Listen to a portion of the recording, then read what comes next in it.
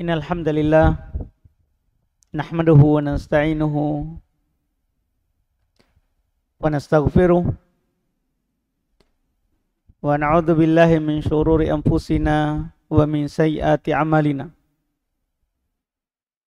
May yahdihillahu fala mudilla lahu wa may yudlil fala hadiyalah. Asyhadu an la ilaha illallah wahdahu la syarikalah wa asyhadu anna Muhammadan abduhu wa rasuluh sallallahu alaihi wa ala alihi wa ashabihi wa man tabi'ahum bi ihsan ila yaumiddin, amma ba'd. Ikhwan jamaah salat maghrib rahimani wa rahimakumullah.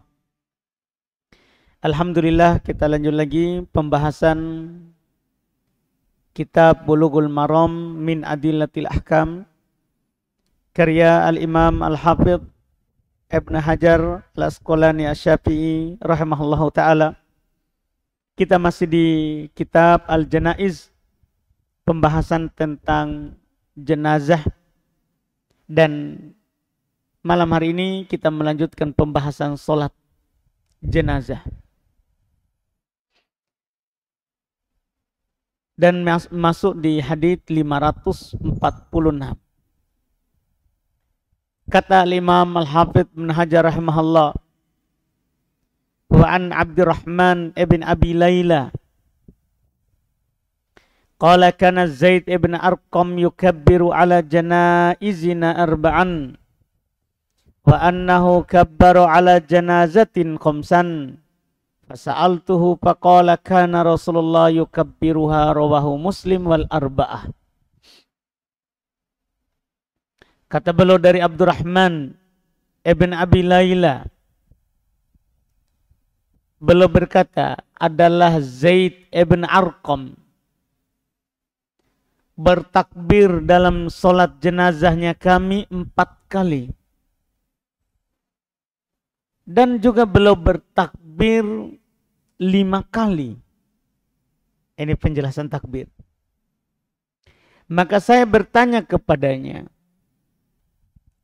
tentang takbir 5 kali itu. Maka beliau berkata, Rasulullah melakukannya. Rasulullah pernah juga bertakbir 5 kali. Riwayat Imam Muslim dan Imam 4. Wa an Ali radhiyallahu ta'ala anhu annahu kabbaru ala Sahal ibn Hunayf sittan wa qala innahu badri, rawahu Sa'id ibn Mansur wa asluhu fil Bukhari. Kata beliau di hadits kedua menjelaskan masih takbir dari Ali radhiyallahu ta'ala anhu, bahasanya beliau bertakbir ketika mensolati jenazah Sahal ibn Hunayf 6 kali. Dan beliau berkata dia adalah Badri. Ini riwayat Sa'id ibn Mansur, asalnya dalam Bukhari. Dan sanadnya juga kuat. Dari 2 hadits ini, para ulama rahimahumullah menjelaskan tentang berapa kali takbir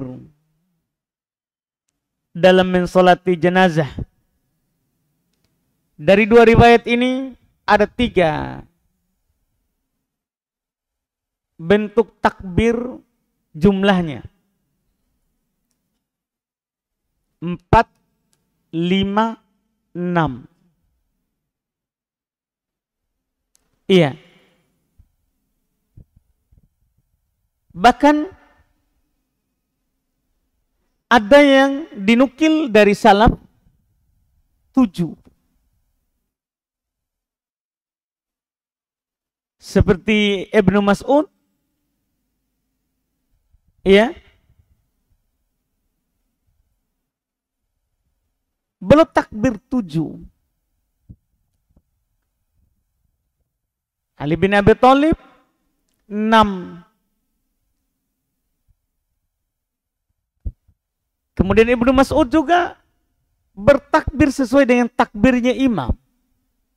Kalau 4 beliau ikut 4. Kalau 5 dia ikut 5. Tergantung imam.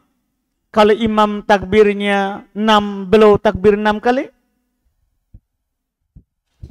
Kalau imamnya takbir 7 kali, beliau takbir 7 kali.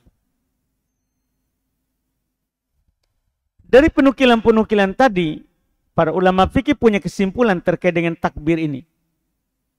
Berapa jumlahnya?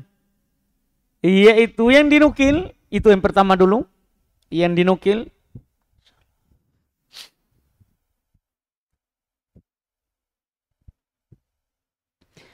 Yang dinukil dari salaf, itu tidak pernah kurang dari 4, lebih dari 7. Tidak ada kurang dari 4. Dan tidak ada lebih dari 7. Karena semua penukilan ini sahih. Cuman kalau kita melihat yang Nabi lakukan berapa? Nabi tidak pernah 4 dan 5. Lebih sering 4, tapi pernah 5. Adapun 6, 7 itu sahih dari sahabat. Iya, 6, 7 itu sahih dari sahabat. Iya.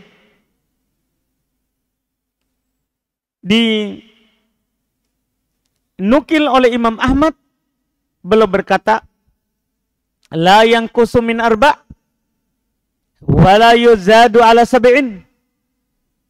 Takbir itu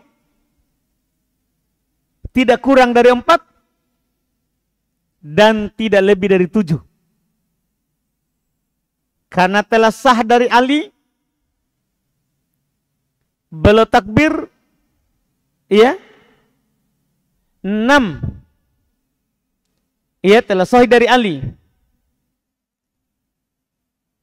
Telah sahih juga tadi dari Zaid ibn Arqam, beliau takbir 5. Beliau takbir 5. Dan telah sahih juga dari sahabat lain, mereka takbir 7. Berarti tidak kurang dari 4 seperti yang dikatakan oleh Imam Ahmad, dan tidak lebih dari 7. Tapi kalau setelah itu kita melihat kalau Nabi berapa, maka tentunya kita butuh hadits yang setelahnya, walaupun nanti ada masalah dalam sanadnya, tapi kita lebih bagus kembali ke hadits sebelumnya. Ketika Nabi mengumumkan meninggalnya Raja Najasyi di masjid, kemudian belum mengajak sahabat keluar ke musola mensolati, itu Bukhari Muslim, mensolati jenazahnya Najasyi yang meninggal, dan beliau bertakbir 4 kali. Ke-6, ke-7 tidak masalah, karena sah dari sahabat. Sah dari sahabat. Pertanyaan kita sekarang mengenai, ya, hukum takbir paling rendah tadi 4 itu. Apa hukum takbir dalam sholat jenazah? Kita pahami bersama, sholat jenazah tidak ada ruku, tidak ada sujud. Cuman takbir. Dan ada nanti bacaan antara takbir. Akan kita terangkan insya Allah kalau datang haditsnya. Ini mumpung menyinggung takbir.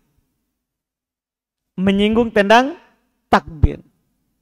Apa hukum takbir 4 kali? Dalam sholat jenazah. Maka berkata Imam An-Nawawi rahimahullah, at-takbiratul arba' arkanun la tasihhu hadis sholat illa bihinna wa hadha mujma'un alaihi. Masya Allah. Takbir 4 kali itu paling rendah tadi. takbir 4 kali dalam sholat jenazah itu rukun, tidak sah sholat jenazah tanpanya. Jadi bedanya Pak, kalau sholat 5 waktu, takbir pertama itu yang rukun, takbir berikutnya itu mayoritas sunnah. Walaupun ada yang berpendapat wajib sah sholat tanpanya.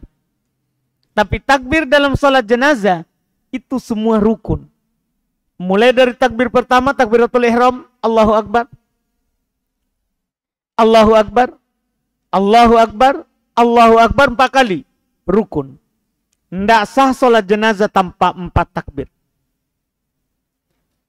Kalau ada orang takbir 3, tidak sah sholatnya. Iya. Lebih dari 4 sunnah. Nabi pernah 5.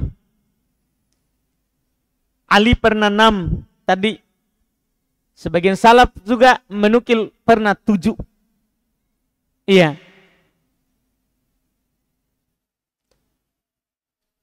Ini hukum takbirnya.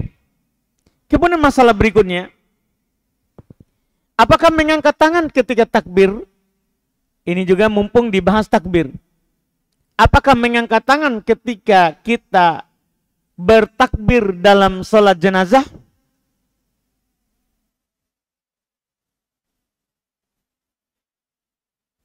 Pertama, sepakat para ulama seperti yang dinukil oleh Ibnul Mundir dan selainnya, di takbir pertama angkat tangan. Setelah itu mereka berselisih takbir kedua, ketiga, dan keempat. Apakah angkat tangan atau tidak? Jadi kalau takbir pertama sepakat, tidak ada silang pendapat, takbir. Setelah itu mereka berselisih pendapat, takbir kedua gimana? Ketiga, keempat gimana? Ini ada 2 pendapat. Pendapat pertama, angkat tangan bersama setiap kali takbir. Ini telah sahih dari Abdullah bin Umar. Sebagaimana dinukil, diriwayatkan oleh Ibn Abi Syaibah, Abdul Razzaq, dan diikuti pendapat Ibnu Umar ini oleh Atha ibn Abi Rabah, Salim, Imam Az-Zuhri, Umar ibn Abdul Aziz, Al-Imam Al-Auza'i, Imam Syafi'i, Imam Ahmad, Ishaq, dan ini pendapat yang dipilih oleh Ibnul Mundir rahimahullah. Jadi Imam Syafi'i, Imam Ahmad angkat tangan dalam sholat jenazah setiap kali takbir. Setiap kali takbir. Pendapat kedua, tidak mengangkat tangan kecuali pertama. Ini pendapat dari Imam Malik di satu riwayat. Di satu riwayat dari beliau. Iya.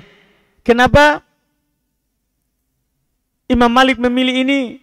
Katanya tidak ada dalil yang sahih dari Nabi bahwa mengangkat tangan itu di setiap kali takbir dalam sholat jenazah. Dalam sholat jenazah. Dan pendapat yang benarnya adalah pendapat yang pertama. Itu pendapat mayoritas ulama. Angkat tangan di setiap kali takbir. Kenapa? Karena sahih dari Ibnu Umar dan tidak ada sahabat lain yang menyelisihinya. Tidak ada sahabat lain yang menyelisihinya. Kita maklumi pendapat sahabat itu jadi hujah jika tidak menyelisihi dalil dan tidak diselisihi oleh sahabat yang lain. Dalam hal ini tidak ada sahabat yang menyelisihinya dan beliau tidak menyelisihi juga dalil. Beliau juga tidak menyelisihi dalil. Iya. Ini yang benar dan yang kuat insyaallah. Pendapat dari mayoritas ulama rahimahumullahu ta'ala. Karena lebih banyak yang berpendapat dengannya juga. Iya. Dari ulama fikih. Kemudian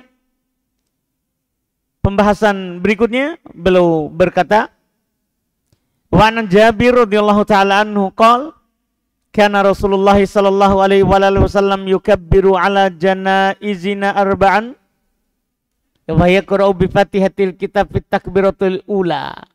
Mulai bacaan antara takbir. Wa an Talha ibn Abdullah ibn Auf Qala shallaitu khalfa bin Abbasin ala janazatin faqra'a Fatihatal kitab faqala li ta'lamu annaha sunnah, rawahul Bukhari. Masya Allah. Kata beliau dari Jabir radhiyallahu ta'ala anhu, beliau berkata, adalah Rasulullah sallallahu alaihi wasallam bertakbir di jenazah kami 4 kali dan belum membaca Al-Fatihah di takbir pertama. Ini riwayat Imam Syafi'i tapi bi isnadin dhaif. Ini riwayat Imam Syafi'i tapi sanadnya dhaif. Sanadnya dhaif, makanya belum bawakan hadits kedua. Kata beliau dari Tolha ibn Abdullah ibn Auf, beliau berkata, saya sholat di belakang Ibnu Abbas di salah satu jenazah, maka belum membaca Al-Fatihah dan belum mengatakan supaya kalian tahu itu adalah sunnah. Riwayat Imam Al-Bukhari. Di hadits ini beliau ingin menyampaikan kepada kita, di takbir pertama apa yang dibaca? Tentunya Al-Fatihah. Tentunya Al-Fatihah. Jelas kita tidak pakai riwayat pertama dhaif, tapi riwayat kedua. Riwayat yang kedua itu berada dalam Sahih Al-Bukhari. Ini sangat sederhana saja fikihnya. Membaca Al-Fatihah setelah takbir pertama. Membaca Al-Fatihah setelah takbir pertama. Kemudian apakah disunnahkan membaca surat setelah Al-Fatihah di takbir pertama dalam sholat jenazah? Ya, maka tidak ada hadits yang sahih kalau itu. Hadits yang sahih cuman Al-Fatihah. Makanya itu yang kita pegang, bahwa ketika kita mensolati jenazah takbir pertama membaca Al-Fatihah. Membaca Al-Fatihah. Apakah membaca iftitah di takbir pertama? Mayoritas ulama rahimahumullah mengatakan tidak baca iftitah, bahkan langsung Al-Fatihah. Bahkan langsung Al-Fatihah. Dan ini yang nampak dari hadits tadi. Ada hadits Jabir, ada hadits Tolha ibn Abdullah ibn Auf, bahwa mereka langsung menukil membaca Al-Fatihah, tidak membaca iftitah. Tidak membaca iftitah. Walaupun di sana ada yang berpendapat baca iftitah karena dikiaskan dengan sholat 5 waktu dan sholat-sholat sunnah yang lain. Karena sholat-sholat sunnah yang lain, sedemikian pula sholat 5 waktu, itu disunnahkan membaca iftitah. Maka jenazah membaca juga iftitah. Walaupun mayoritas juga membantah, tidak boleh kita samakan sholat jenazah dengan sholat-sholat yang lain. Karena sholat jenazah tidak sama dengan sholat 5 waktu atau sholat-sholat sunnah. Dia tidak ada ruku, tidak ada sujud. Maka kalau kita tidak membacanya, itu tentunya lebih bagus. Karena tidak ada penukilan. Tidak ada penukilan. Walaupun sekali lagi, kalau ada yang menukil, ada baca iftitah sebelum membaca Al-Fatihah. Karena pada setiap sholat, itu memang di takbir pertama sebelum Al-Fatihah, sunnah iftitah. Sunnah membaca iftitah. Kemudian hadits berikutnya, kata beliau rahimahullahu ta'ala, ini sudah masuk membaca bacaan setelah Al-Fatihah, setelah takbir pertama. Kata beliau, an Auf ibn Malik radhiyallahu ta'ala an, qala shalla Rasulullah sallallahu alaihi wasallam ala janazatin fahafidtu min du'ai. Masya Allah. Allahumma ighfir lahu warhamhu wa'afihi wa'fu anhu wa akrim nuzulahu wa wasim madakhalahu waqsilhu bil ma'i wath thalji wal barad wa nakihi minal khotoya kama yunqqa thawbul abyadu minad danas wa abdilhu daran khairan min darihi wa ahlan khairan min ahlihi wa adkhilhul jannah waqihi fitnatal qabr wa adzabin nar. Rawahu Muslim. Kata beliau dari Auf ibn Malik, beliau berkata, saya sholat, dia beliau berkata, Rasulullah sholat di salah satu jenazah, maka saya menghafal dari doa beliau, Allahumma gfirlah, ya Allah ampuni dia, warhamhu, maaf rahmati dia, wa'afihi, ya selamatkan dia, wa'afu anhu, maafkan dia, wa'akrim nuzulah, muliakan tempat turunnya, wawasi madakhala, luaskan tempat masuknya, waksilhu bil ma'i wat thalji wal barad, sucikanlah dia, bersihkanlah dia dengan air, salju dan embun, wanakihi minal khotoya, bersihkan dia dari dosa-dosanya, kama yunaqqa thawbul abyadu minad danas, sebagaimana dibersihkan pakaian putih dari kotoran, wa abdilhu daron khairam min dari, gantikanlah dia negeri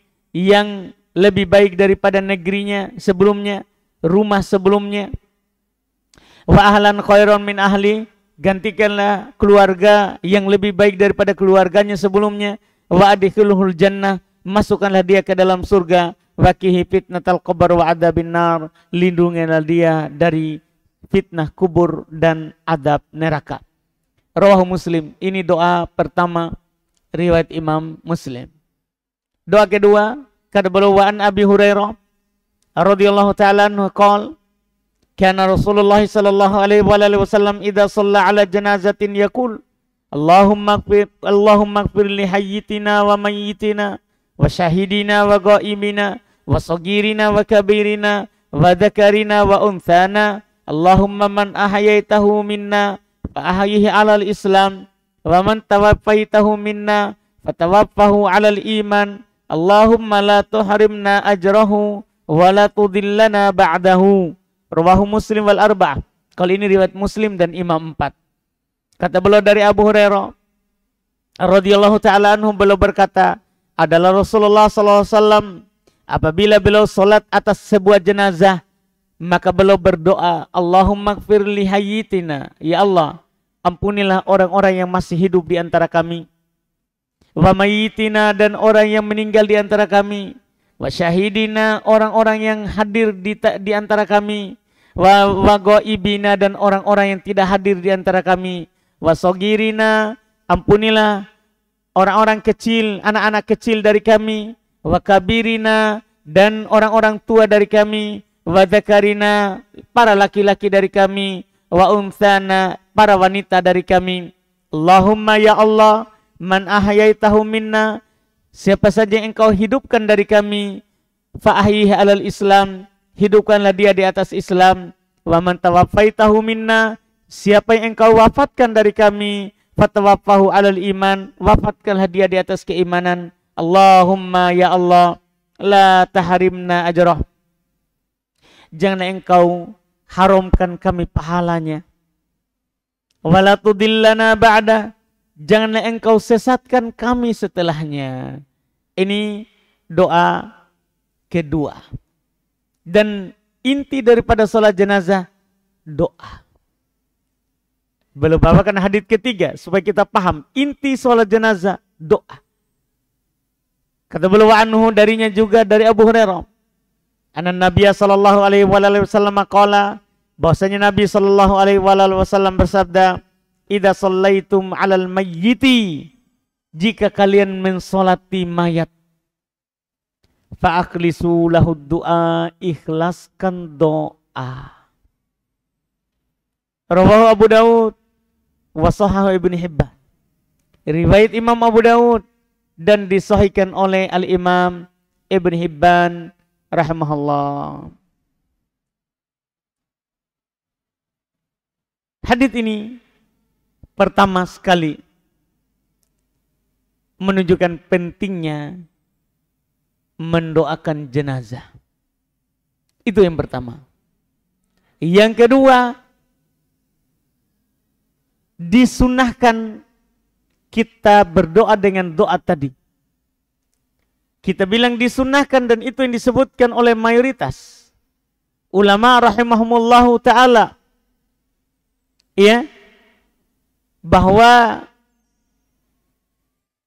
mendoakan jenazah dengan doa yang tadi diucapkan oleh Nabi sunnah, dan boleh kita berdoa dengan doa lain yang kita bisa hafal. Tidak wajib membaca doa tadi. Itu sunnah karena dinukil dari perbuatan Nabi. Siapa yang mendoakan jenazah, dia cuma ulang-ulang. Misalnya dia tidak hafal tadi, dia ulang-ulang, Allahumma gfir lahu, Allahumma gfir lahu, Allahumma gfir lahu. Tidak masalah. Bahkan kata para ulama, kalau dia membaca doa, Rabbana atina fid dunya hasanah, itu semua kita hafal kayaknya itu. Rabbana atina fid dunya hasanah wa fil akhirati hasanah wa qina adzabannar. Rabbana, Rob kami. Itu mencakup yang mati dan yang hidup. Atina fid dunya hasanah, berikan kepada kami di dunia ini kebaikan. Wa fil akhirati hasanah, dan di akhirat kebaikan. Itu masuk di yang meninggal dan yang hidup, mencakup tadi. Kan tadi kalau antum melihat doa tadi, ada kebaikan untuk yang hidup, ada kebaikan untuk meninggal. Jadi boleh kita berdoa dengan doa itu. Tapi kalau siapa yang menghafal yang datang dari Nabi, lebih bagus. Lebih bagus. Tapi jangan sampai kita tidak sholat di jenazah karena tidak menghafal doa-doa tadi. Iya. Kita boleh membaca doa dengan doa yang lain. Karena doa tadi adalah sunnah. Nah, setelah itu kita bahas dulu, karena beliau tidak singgung takbir kedua. Takbir kedua, apa yang dibaca? Disebutkan oleh para ulama rahimahumullah, Nabi sallallahu alaihi wasallam, iya, di takbir kedua berdalil dengan hadits Abu Umamah yang telah lewat. Takbir kedua membaca salawat. Salawatnya bisa salawat yang lengkap di tasyahud, dan bisa kita hanya baca salawat Allahumma sholli ala Muhammad. Itu sudah paling pendek. Boleh. Jadi boleh hanya kita bilang Allahumma sholli ala Muhammad. Boleh juga kita bersolawat seperti yang di tasyahud. Allahumma sholli ala Muhammad wa ala ali Muhammad kama shallaita ala Ibrahim wa ala ali Ibrahim wa barik ala Muhammad wa ala ali Muhammad kama barakta ala Ibrahim wa ala ali Ibrahim fil alamin innaka Hamidum Majid. Boleh. Dan kalau kita hanya bilang Allahumma sholli ala Muhammad, boleh. Karena para ulama kita rahimahumullah ta'ala, mereka menjelaskan itu sudah sah dan bisa. Iya. Kemudian setelah itu kita takbir ketiga. Takbir ketiga doa. Jadi takbir pertama Al-Fatihah, takbir kedua salawat, takbir ketiga doa. Doa tadi atau doa-doa yang lain yang kita belum hafal. Karena kalau kita belum hafal doa tadi, kalau kita belum hafal doa tadi, ini ya yang disebutkan, dan ini intinya doa. Bahkan saking pentingnya ini doa, sebagian ulama rahimahumullah ta'ala mewajibkan doa dalam mensolati jenazah. Hukumnya wajib. Hukumnya wajib. Karena Nabi perintahkan. Idza shallaitum 'alal janazah. Ini hadis yang ada di hadapan kita. Idza shallaitum 'alal janazah. Kalau kalian mensolati jenazah, fa akhlisu lahu doa. Ikhlaskan doa. Perintah. Dan pendapat itu punya sisi kekuatan. Karena yang lain itu dinukil dari perbuatan. Tapi mendoakan jenazah dinukil perintah. Ikhlaskan doa. Makanya dari itu para ulama mengatakan inti dari sholat jenazah doa. Bahkan sampai ada mengatakan kalau ada orang dalam takbir pertama, kedua, ketiga, keempat doa, tidak salah. Tidak ada masalahnya. Sah sholatnya. Karena menjadi rukun takbir pertama, kedua, ketiga, keempat. Yang lainnya diperselisihkan antara sunnah dan wajib. Antara sunnah dan wajib. Doa itu dikatakan wajib. Karena Nabi perintahkan. Karena Nabi Sallallahu Alaihi Wasallam perintahkan. Kemudian setelah itu kita takbir yang keempat. Iya, kenapa kita langsung bahas takbir keempat? Karena sudah selesai masalah sholat haditsnya. Jadi tidak sampai takbir keempat boleh bahas, sampai ketiga saja. Takbir keempat gimana? Tentunya takbir keempat, para ulama rahimahumullah ta'ala menjelaskan tadi sudah rukun. Tapi apakah berdoa setelah takbir keempat? Iya, diperselisihkan oleh para ulama rahimahumullah. Imam Malik rahimahullah ta'ala beliau berpendapat, demikian pula Imam Syafi'i, sunnah juga berdoa di takbir keempat. Ketika sudah kita takbir Allahu Akbar, kita berdoa. Sementara Imam Ahmad dalam satu riwayat, demikian pula orang-orang Hanabilah dan pengikut Imam Syafi'i juga berpendapat bahwa berdoa setelah takbir keempat tidak wajib. Tidak wajib. Kata Imam Malik, in ahabba da'a wa in ahabba lam yad'u. Kalau dia mau tidak apa-apa berdoa, kalau dia mau tidak apa-apa dia tidak berdoa. Ini di takbir keempat. Jadi siapa yang berdoa setelah takbir Allahu Akbar keempat, dia berdoa lagi, tidak apa-apa. Kalau dia tidak mau berdoa, tidak apa-apa. Langsung salam. Langsung salam. Kenapa semua begini pendapatnya? Ada yang mengatakan kalau mau, kalau tidak apa-apa. Karena tidak ada penukilan dari Nabi setelah takbir keempat itu doa atau tidak. Yang mengatakan doa karena hadits yang kita baca di buku. Kalau kalian mensolati jenazah, ikhlaskan doa. Termasuk takbir keempat. Termasuk takbir keempat. Jadi haditsnya lebih umum. Itu yang mengatakan. Yang jelas dalam hal ini seperti yang disebutkan oleh Imam Malik tadi. Orang-orang Malikiyah bahkan kalau ada yang berdoa jangan diingkari. Tidak apa-apa. Kalau ada yang tidak berdoa tidak diingkari juga. Tidak mengapa. Tidak mengapa. Setelah itu salam. Salam seperti biasa sholat. Assalamualaikum warahmatullahi. Itu paling pendeknya. Assalamualaikum warahmatullahi wabarakatuh. Boleh. Boleh juga paling pendek lagi. Assalamualaikum. Boleh. Dan ketika mensolati jenazah, itu yang menjadi rukun salam pertama. Salam pertama. Kalau dia salam kedua, sunnah. Kalau dia tidak salam, tidak masalah. Kalau dia cuma satu kali, salam. Bahkan para ulama rahimahumullah ta'ala, mereka mengatakan bahwa ketika mensolati jenazah, memang salamnya hanya sekali. Tidak dua kali. Tidak sama dengan solat yang lain. Tidak sama dengan solat yang lain. Dia sunnah salam kedua. Salam pertama rukun solat. Dan siapa yang melakukan solat salam dua kali di solat jenazah, maka tidak mengapa. Tidak mengapa. Kalau ada orang salam satu kali, maka itu yang menjadi rukunnya. Itu yang menjadi rukunnya. Ini selesai dari masalah mensolati jenazah. Dari masalah mensolati jenazah. Kita cukupkan. Alhamdulillah.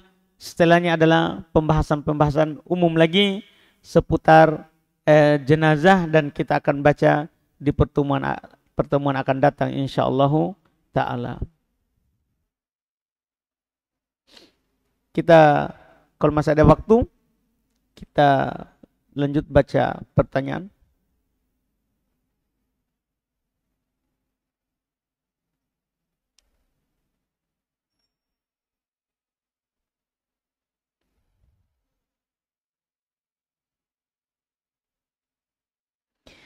Ustadz, pada saat apa posisi tangan diturunkan pada sholat jenazah? Kalau kita sudah salam.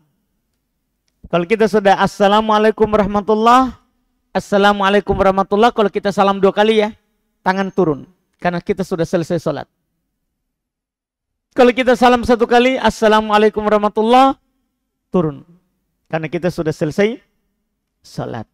Itu terkait dengan menurunkan tangan di sholat jenazah.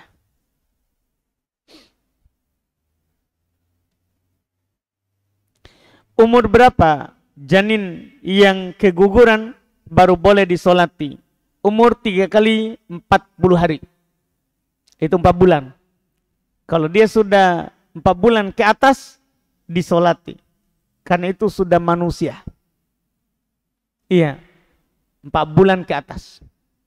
Adapun keguguran 4 bulan ke bawah, tidak disolati.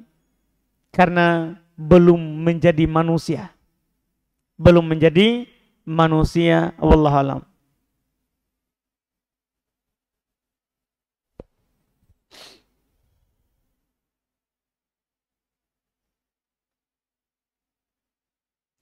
Baru sebulan ditinggal mati oleh sang suami. Tiba-tiba ada yang melamar. Apakah boleh lamarannya diterima atau menunggu sampai masa iddah selesai? Sebenarnya masa iddah itu berapa bulan, Ustadz? Jazakumullah khairan. Tergantung keadaan orang yang ditinggal mati. Ini untuk melengkapi faedah supaya kita sudah lengkap. Karena orang yang ditinggal mati ada 2 keadaan. Hamil, tidak hamil. Sedang mengandung atau sedang tidak mengandung. Kalau sedang hamil, maka masa iddahnya adalah melahirkan. Melahirkan. Tidak perlu tunggu bulan. Misal, ada seorang meninggal suaminya tadi malam. Besok pagi melahirkan. Boleh dia menikah. Tidak perlu ditunggu bulan-bulan lama. Boleh langsung dia akad.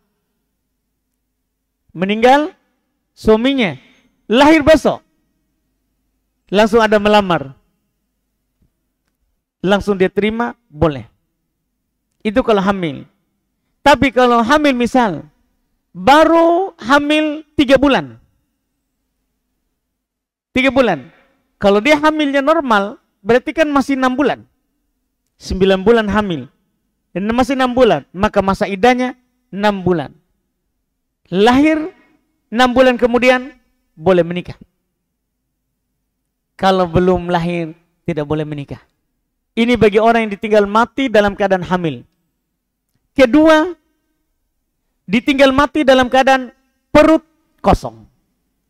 Tidak sedang hamil.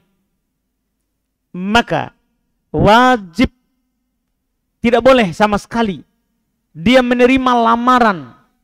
Bahkan tidak boleh sama sekali orang terang-terangan untuk melamarnya. Boleh hanya isyarat.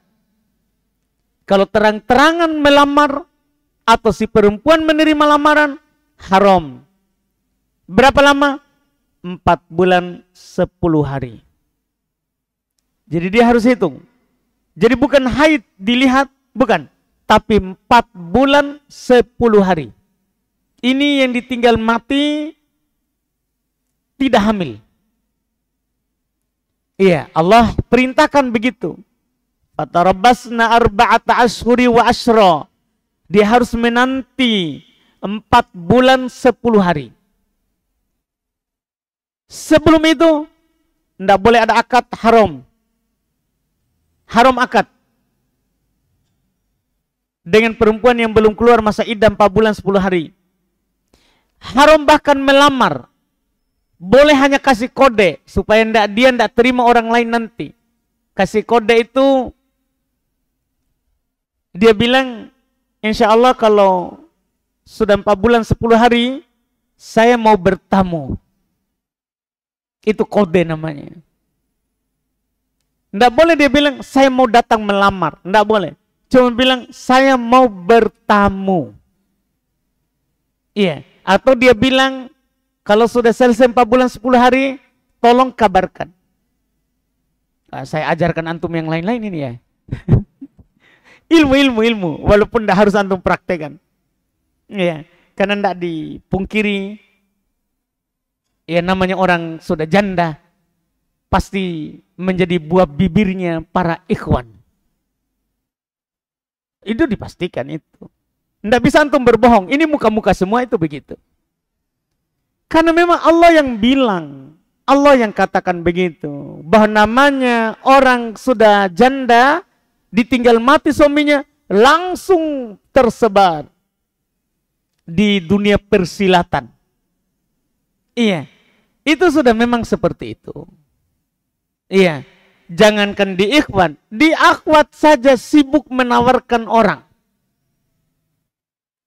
Jangan di ikhwan. Tapi kita punya aturan.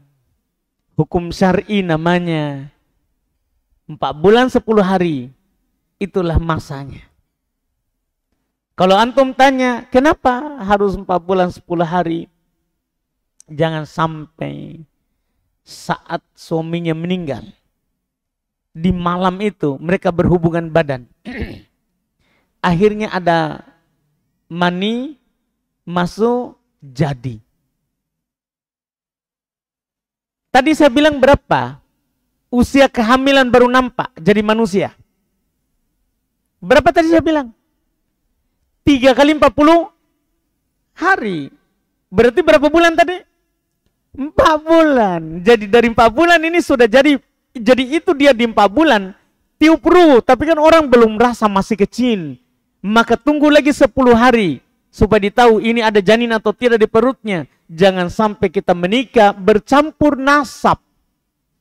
Kita kira itu anak tak, ternyata anaknya itu yang meninggal. Syariat menjaga semua itu. Syariat menjaga semua itu. Jadi jangan kira rapa-rapa. Tahu kira rapa-rapa? Iya, jangan. Tahan-tahan diri tak. Iya, tahan-tahan diri tak. Iya, walaupun kita mau niat baik ya. Ada orang punya niat baik. Kasihan tahu ini istrinya sahabatku. Jadi dia punya niat baik. Ya, langsung diakad. Dia pergi kubur, langsung diakad di tempat. Iya, enggak boleh. Tunggu 4 bulan 10 hari. Tunggu 4 bulan 10 hari. Supaya enggak bercampur nasab. Anak tak atau anaknya sahabat tak? Atau sebagian orang bukan sahabat ya, ipar, meninggal suaminya, langsung dia, tidak boleh cepat-cepat begitu. Kita punya aturan. Jadi kita lihat dulu, dia hamil atau tidak hamil, itu dipastikan. Iya, dia hamil atau tidak. Kalau hamil, melahirkan. Kalau tidak hamil, 4 bulan 10 hari. Itu 4 bulan 10 hari, tidak ada silang pendapat di kalangan para ulama karena dalil Quran, hadis ya dari Nabi sallallahu alaihi wasallam. Baik, kita cukupkan. Alhamdulillah. Silakan, Mbak. Ada pertanyaan tak?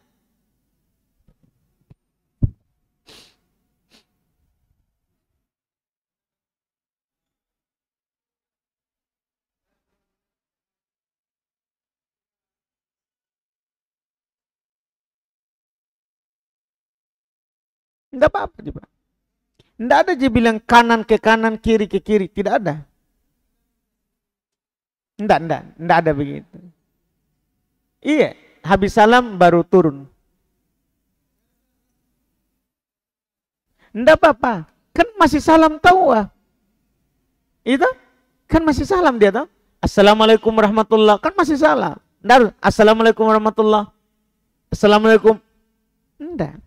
Assalamualaikum warahmatullah. Assalamualaikum warahmatullah. Turun. Itu butuh dalil. Itu tidak sunnah. Salam kiri turun kiri, salam kanan turun kanan. Itu sama dengan orang Pak di sholat. Salam kanan buka kanan, salam kiri tidak buka kiri. Kenapa? Katanya salam kanan dibuka kanan karena terbuka pintu surga. Salam kiri tidak buka, tutup pintu neraka. Wah, hebat. Buka tutup surga pakai tangan ya. Nggak ada semua itu. Itu hanya khurafat, Pak. Itu hanya orang ngaji tidak pakai dalil. Tidak pakai dalil. Wallahualam. Tadi ada.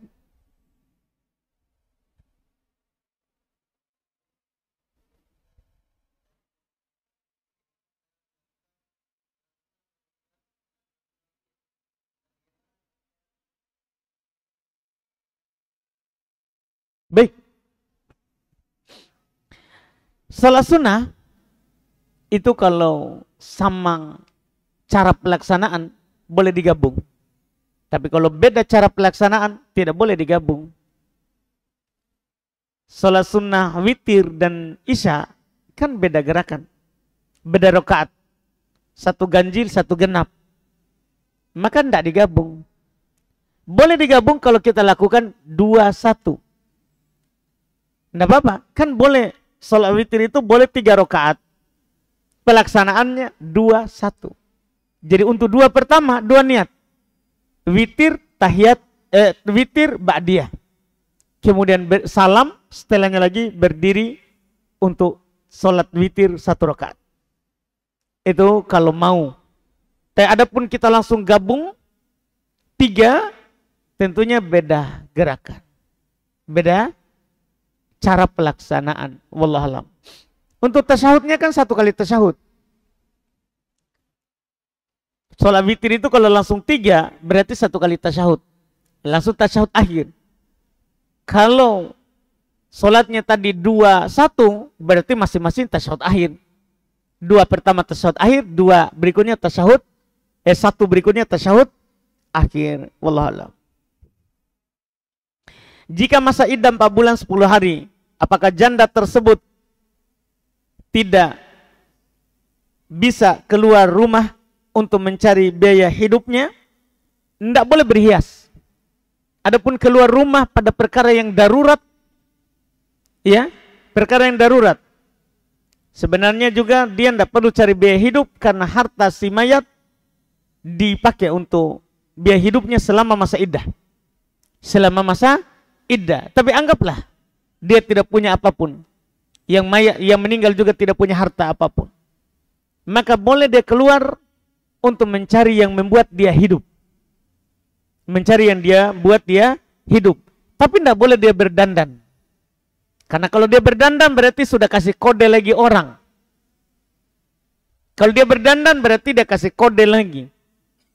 Sudah siap di titik-titik. Iya. Siap dilamar maksudnya. Nah itu enggak. Jangan dia buka pintu itu. Jangan dia buka pintu itu. Makanya dia tahan dirinya juga. Si yang ditinggal mati, dia tahan dirinya untuk tidak berhias.